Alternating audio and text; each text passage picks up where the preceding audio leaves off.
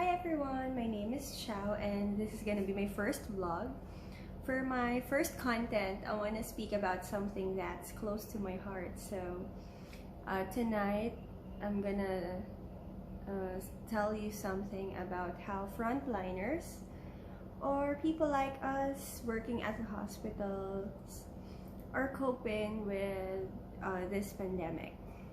We're already 7 months into this. Since March, I couldn't remember the last time that I just walked freely without any inhibitions outside.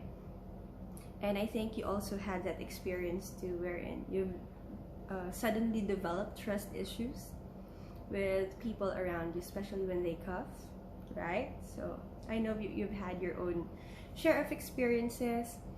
And I think that this pandemic has really taken a lot from us. Physical affection, time, leisure, comfort, and opportunities. I mean, those who graduated last May, I'm not sure whether they're already on their first job or are they even past their first job interview. So, this has taken a lot from us. But I think that it's how we perceive it and it's how we turn ourselves around. So pandemic or not, we need to make sure that our lives are in full swing and that we're doing our best. But also we need to consider that our lives are more important. So if we could place our plans on hold, I think it's for the best. But if you think that it's really important, then you must go with it. So for tonight, I just want to share with you the things that we do in the front lines for us to be able to cope with the situation that we are in. 7 months into this, I'm sure that you've had your game plans already. You've already had the chance to just plan around and do what works for you, especially in terms of keeping yourself sane if you've been at home for the last 7 months. So I think for nurses, for people in the medical field as of this moment, it's really important to put ourselves first, and that's how we cope.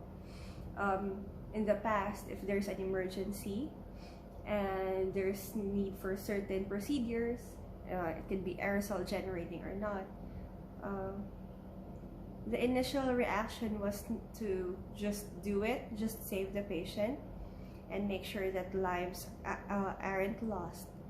But at present, we need to make sure that we're fully protected. So before doing anything else, we need to wear our personal protective equipment, and it really takes time, I must tell you. I mean, it's a process that we need to be sure of, because those steps that we're taking are steps that we are doing to protect ourselves. And if we get sick, then who'll take care of those who get affected by the virus, right? So I'm sure there are ethical, moral ramifications to what I said earlier about putting yourself first rather than the safety of the patient. But if you did get your training in terms of basic life support, you'd always remember them. Assess the scene if the scene is safe. So that's how we also do it here. And next, I think that it's just basically the acceptance of the situation now, because as I've said, I know 7 months is a long time and it may be short to some, but we just have to do our best. Nurses, every day you put yourselves on the line. Your licenses are being used to help people, to care for patients. I mean, most often we experience more stressful situations than this.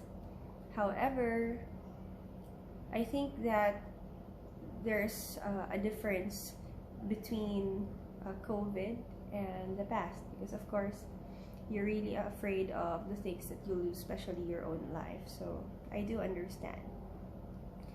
But The last, I think that's the most important, is that we learn to pray. We learn to just tell our God about our own fears, and just trust Him that in whatever we do, we can always find Him there. So, I mean, I'm not really religious. A lot of people know that. I mean, I talk about God, I talk about my faith. I don't really go to church on a daily basis or not, but I do have my own faith and communication with Him. So what I learned from my friends in the past few weeks is that you just learn to pray and give all of your worries to Him, and I think it's the most important part of being sane during this pandemic. So I hope you enjoyed my quick vid, and I'll see you for more contents. Goodbye.